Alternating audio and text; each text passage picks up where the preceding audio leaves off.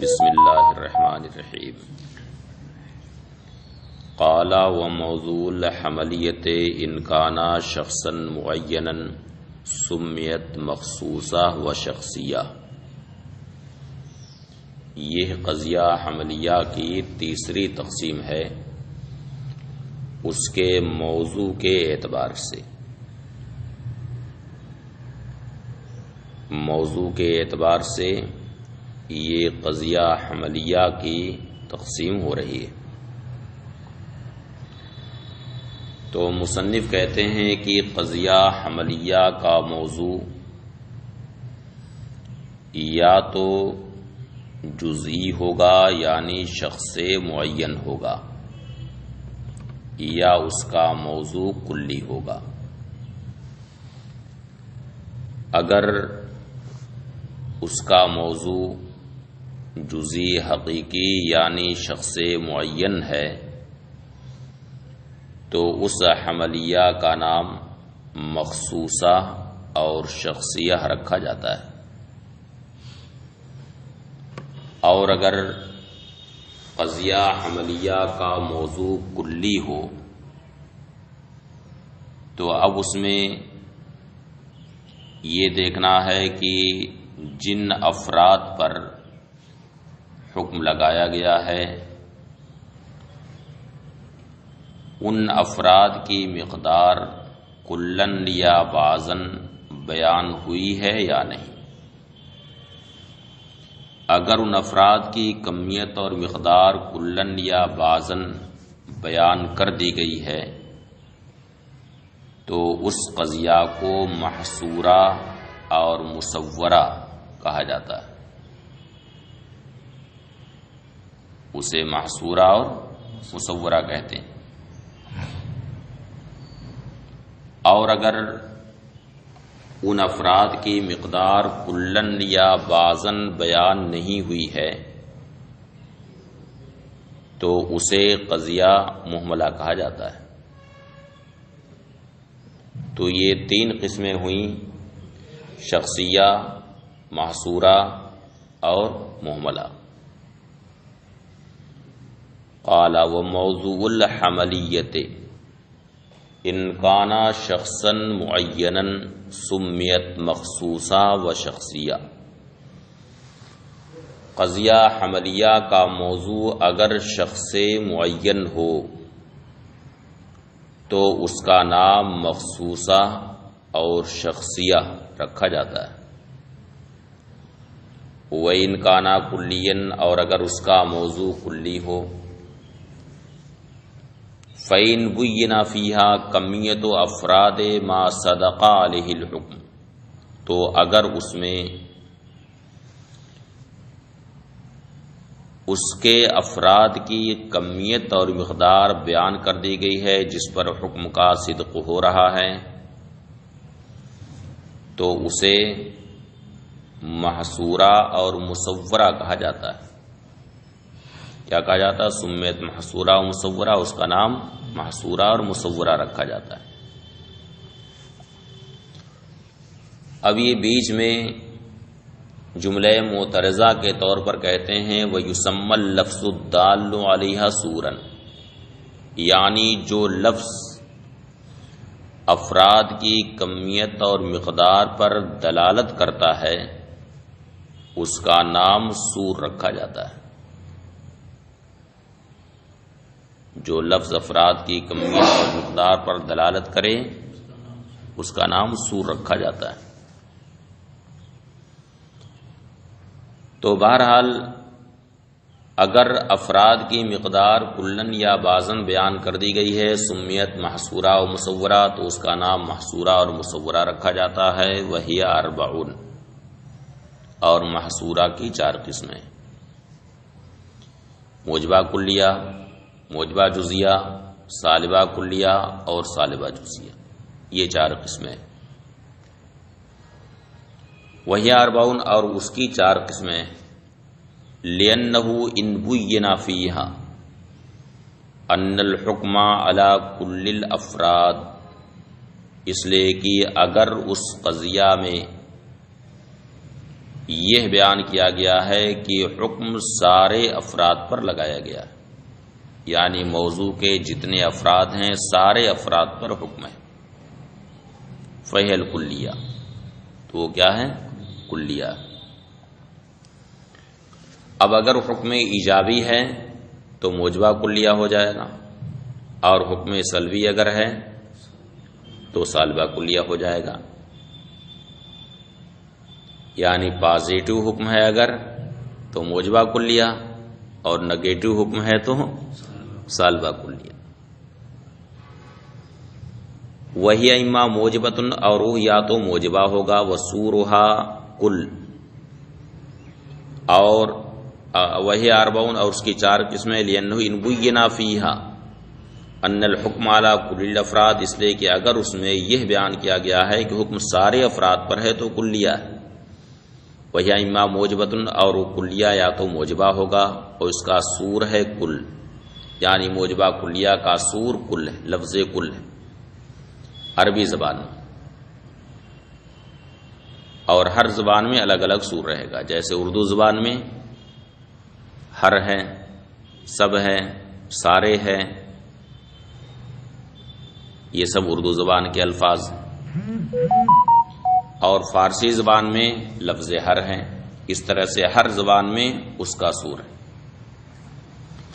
اور اس کا سور کل ہے، کا قولنا، جیسے کہ ہمارا قول کل نار حارۃ، ہر آگ گرم ہے، یعنی آگ کے جتنے بھی افراد خارج میں پائے جائیں گے سارے افراد گرم ہیں۔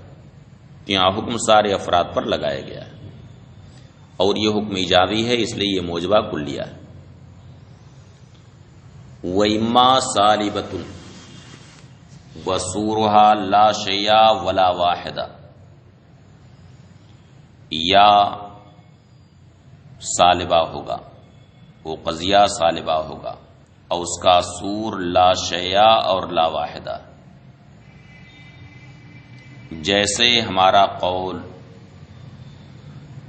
لا شیء یا لا واحدہ من الناس بجماد، کوئی بھی انسان جماد نہیں، انسان کا کوئی بھی فرد جماد نہیں۔ تو یہاں جماد کی نفی انسان کے سارے افراد سے کی گئی ہے، حکم سلبی سارے افراد پر لگایا گیا ہے، تو یہ سالبہ کلیہ۔ وَإِن بُيِّنَ فِيهَا أَنَّ الْحُكْمَ عَلَى بَعْضِ الْأَفْرَادِ، اور اگر اس میں یہ بیان کیا گیا ہو کہ حکم بعض افراد پر ہے، فَهِيَ الْجُزِيَّةُ، تو وہ جزیہ ہے۔ وَهِيَ إِمَّا مُوجِبَةٌ، اور یہ بھی یا تو موجبہ ہوگا اور اس کا سور بعض اور واحد، کا قولنا، جیسے کہ ہمارا قول بعض الحیوان یا واحد من الحیوان انسان، یعنی یہ کہیں کہ بعض حیوان انسان ہے، یا یہ کہیں کہ حیوان کی ایک نوع انسان ہے، تو یہ موجبہ جزیہ۔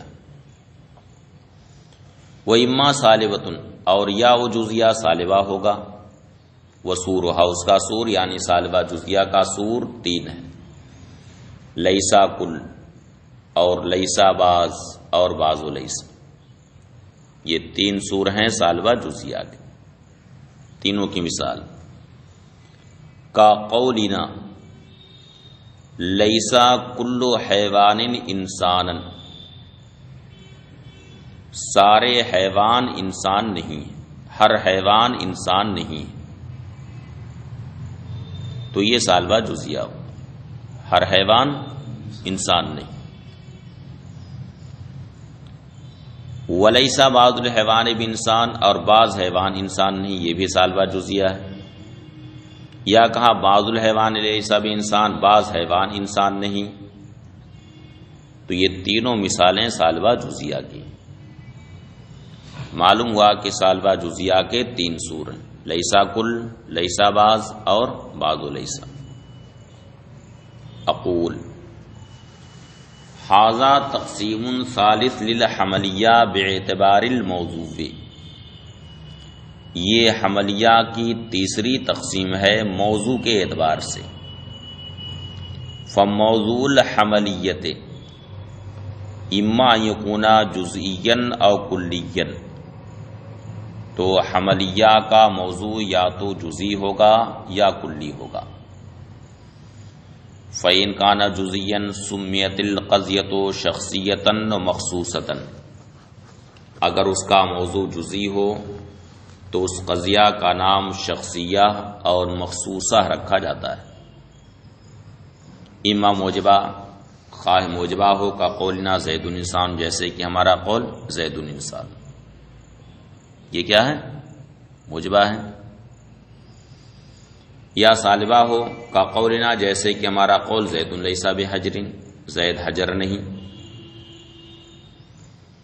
اما تسمیتها شخصیہ، اب اس کا نام شخصیہ اور مخصوصہ کیوں پڑا؟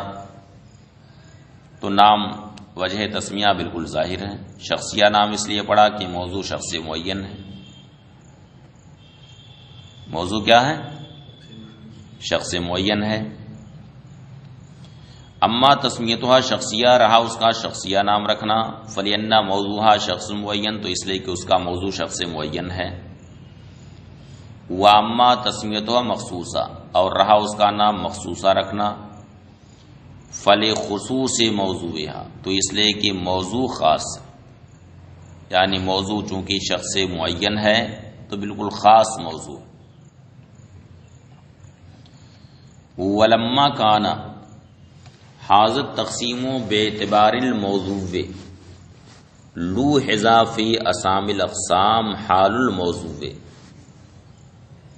اور جب کہ یہ تقسیم موضوع کے اعتبار سے،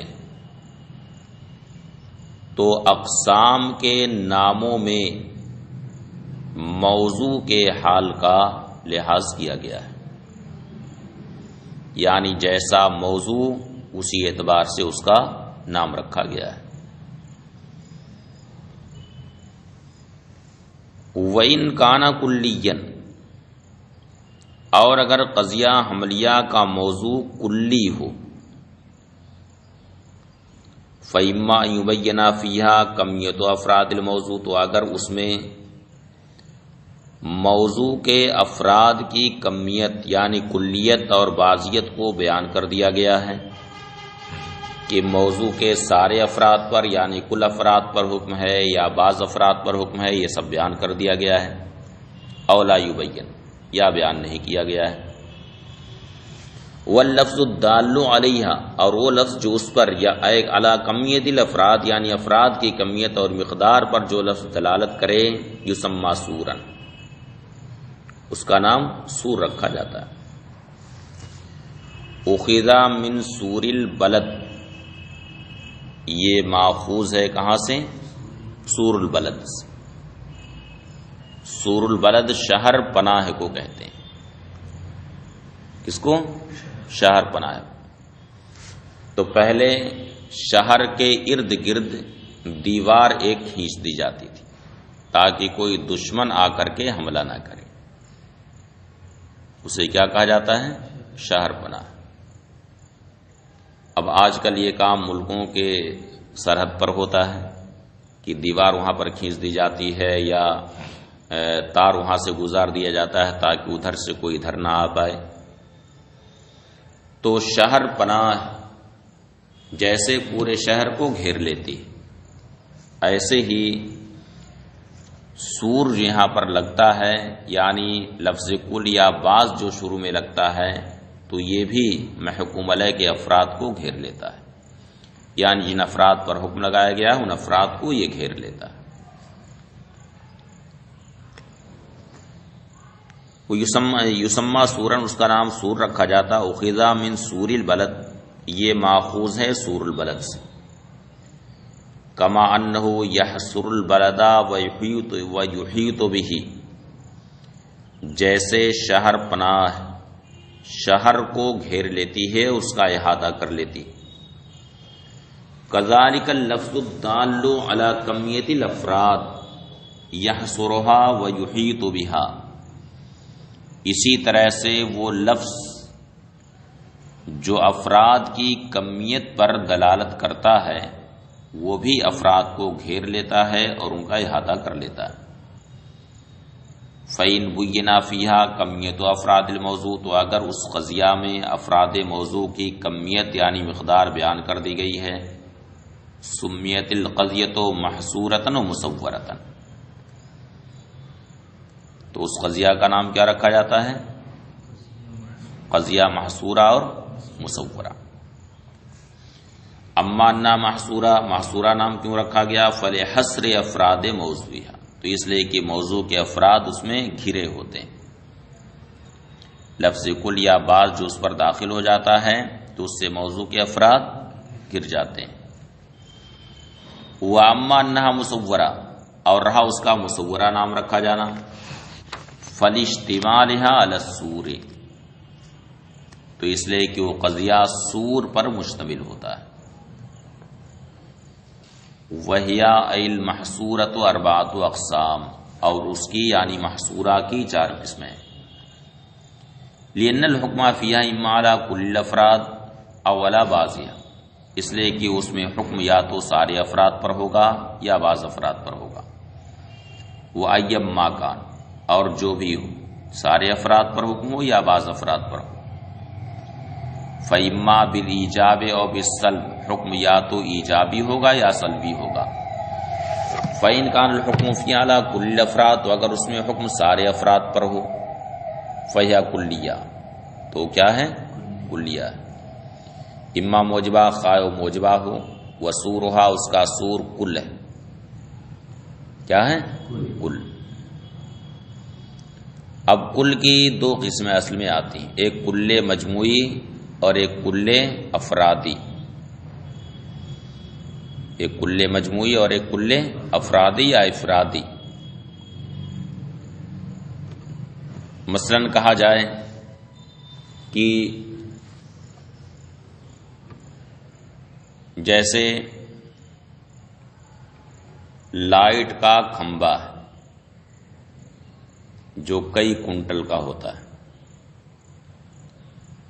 اور اس کھمبے کو کھڑا کرنا ہے، اٹھانا ہے اس کو، یا ایک جگہ سے دوسری جگہ منتقل کرنا ہے، تو اب یہ کہا جاتا ہے کہ اس گھر کے سارے افراد نے اس کھمبے کو اٹھایا۔ تو اس کا کیا مطلب ہے کہ ایک ایک نے اٹھایا کہ سب نے مل کر اٹھایا؟ سب نے مل کر اٹھایا، تو یہ ہے کل مجموعی۔ یہ کیا ہے؟ کل مجموعی۔ اور مثلا کہا کہ اس گھر کے سارے افراد کی فلاں جگہ دعوت ہے، یعنی گھروں بھر دعوت ہے۔ کیا کہا؟ گھروں بھر دعوت ہے، تو اس کا مطلب کیا ہے کہ ایک ایک فرد کی دعوت ہے۔ تو یہ کون سا کل ہے؟ یہ کل افرادی ہے۔ تو موجبہ کلیہ کا جو سور لفظ کل ہے، تو یہ کل مجموعی نہیں ہے بلکہ کل افرادی، یعنی کل فردن فردن، اور اس کا سور ہے کل، اے کل واحد واحد، یعنی ہر ایک ایک، لل کل المجموعی، کل مجموعی نہیں۔ کا قولنا، جیسے کہ ہمارا قول کل نارن حارتن، ہر آگ گرم ہے، تو اس کا معنی ہے کل واحد من افراد النار حارتن، یعنی آگ کے افراد میں سارے افراد گرم ہیں۔ کوئی اما سالبہ، یا سالبہ ہوگا، وسورها لا شیء ولا واحدہ، اور اس کا سور لا شیء اور لا واحدہ۔ کا قولنا، جیسے کہ ہمارا قول لا شیء یا لا واحدہ من الناس بجماعت، یعنی کوئی بھی انسان جماعت نہیں۔ وَإِنْ كَانَ الْحُكْمُ فِي عَلَى بَعْضِ الْأَفْرَادِ، اور اگر اس میں حکم بعض افراد پر ہو، فَهِيَ جُزْئِيَّاتٌ، وہ جزیہ ہے، خواہ موجبہ ہو، اس کا سور بعض اور واحد۔ کا قولنا، جیسے کہ ہم کہیں بعض الحیوان، یا یہ کہیں واحد من الحیوان انسان، بعض حیوان انسان ہیں، یا یہ کہیں کہ حیوان کی ایک نوع انسان ہے۔ اے بعض افراد الحیوان، او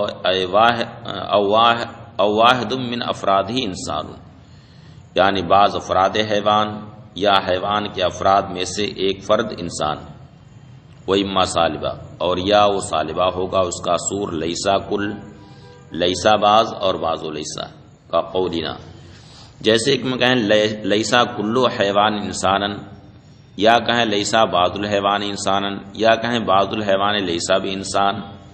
تو یہ تینوں صورتیں سالبہ جزیہ کی. ہر حیوان انسان نہیں، یہ بھی سالبہ جزیہ. ہر حیوان انسان نہیں اس کا مطلب ہے کہ حیوان کے بعض افراد انسان نہیں، تو یہ کیا ہے؟ سالبہ جزیہ.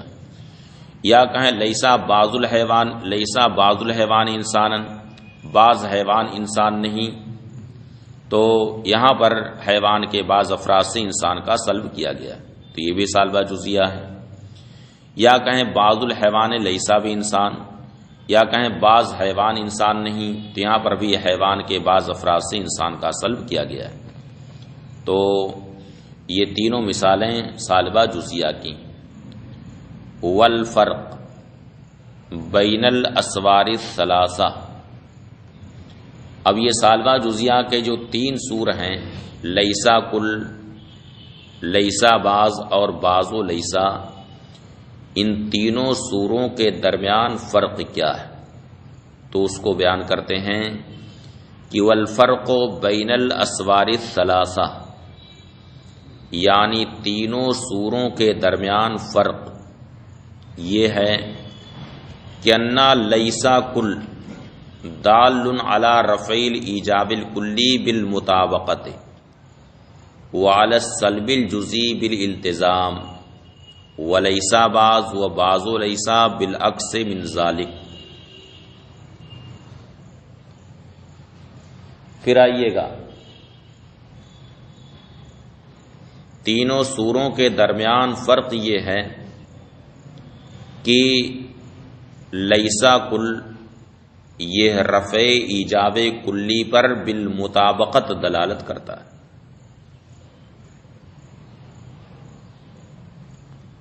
رفع ایجاب کلی پر کیسے دلالت کرتا ہے؟ بالمطابقت. ایجاب کلی تو آپ لوگ سمجھ لیے نا، ایجاب کلی کسے کہتے ہیں؟ ایجاب کلی یعنی موضوع کے سارے افراد پر حکم ایجابی لگایا گیا، وہ کیا ہے؟ ایجاب کلی. جیسے کہا کلو انسان حیوان، ہر انسان حیوان، تو انسان کے سارے افراد پر حیوان ہونے کا حکم لگایا گیا، تو یہ کیا ہے؟ ایجاب کلی. اب اسی لفظ کل پر اگر حرف سلب کو داخل کر دیا جائے، یعنی لیسا داخل کر دیا جائے، تو ایجاب کلی کا رفع ہو جائے گا. ایجاب کلی کا رفع ہو جائے گا. مثلا کسی نے کہا کہ سارے طلبہ آئے، تو یہ ایجاب کلی. اب اسی کی نفی کر دی اور کہا کہ سارے طلبہ نہیں آئے، تو یہ ایجاب کلی کا کیا ہو گیا؟ رفع ہو گیا. یعنی پہلے جو ایجاب کلی کا حکم تھا اب وہ حکم مرتفع ہو گیا، اس حکم کا رفع ہو گیا. تو فرق یہ ہے کہ لیسا کل رفع ایجاب کلی پر بالمطابقت دلالت کرتا ہے. رفع ایجاب کلی پر بالمطابقت دلالت کرتا ہے. کتنی بات سمجھ میں آئی؟ یعنی ایجاب کلی کا اس سے رفع ہو جاتا ہے لیسا کل کے لفظ،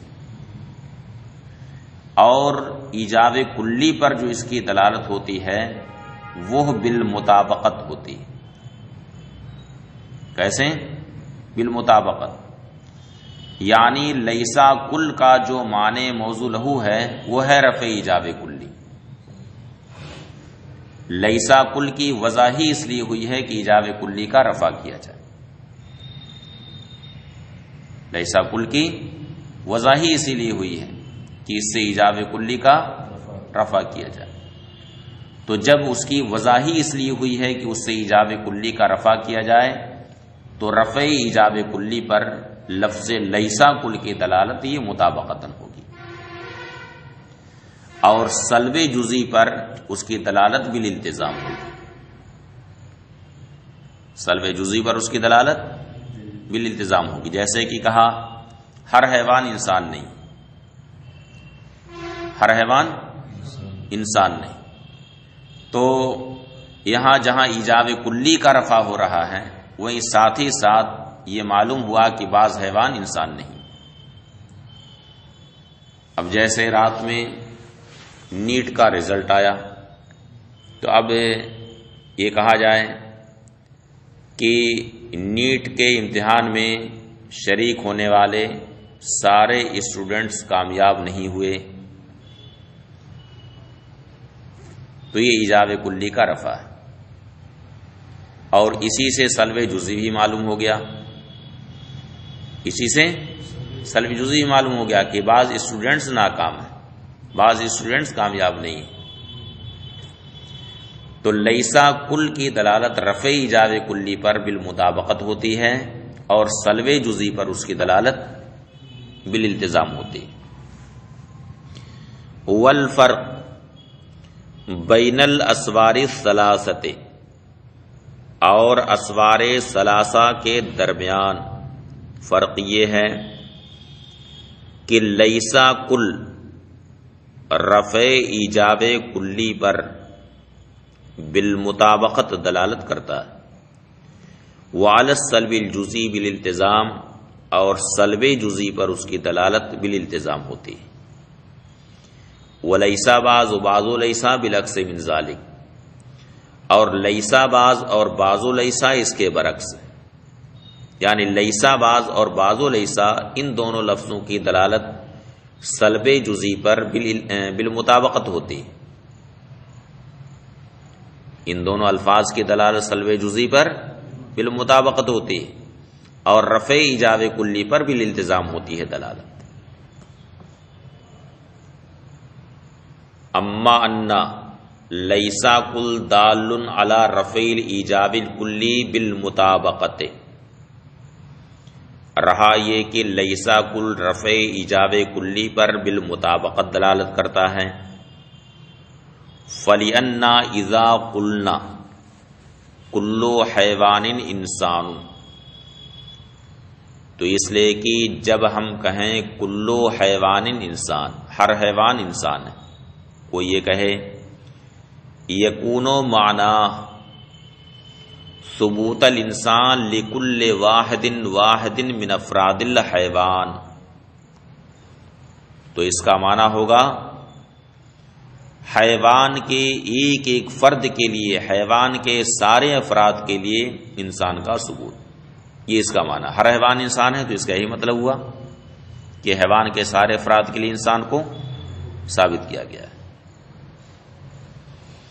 وَإِذَا قُلْنَا لَيْسَا كُلُّ حَيْوَانٍ إِنسَانًا، اور جب ہم کہیں کہ لیسا کلو حیوان انسان، ہر حیوان انسان نہیں، یکون مفہوم الصریح انہ لیسا یثبت الانسان لکل واحد، تو اس کا مفہوم صریح یہ ہے کہ انسان ہر ایک کے لیے ثابت نہیں.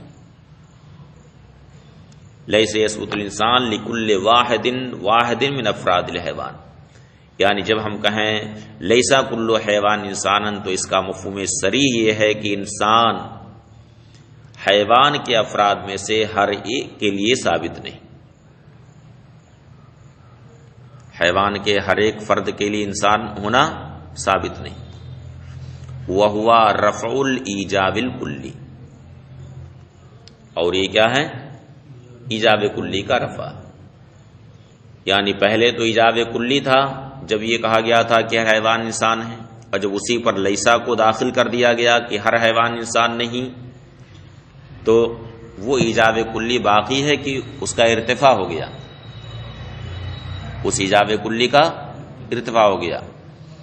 تو معلوم ہوا کہ لیسا کل کی دلالت رفع ایجاب کلی پر بالمطابقت ہوتی.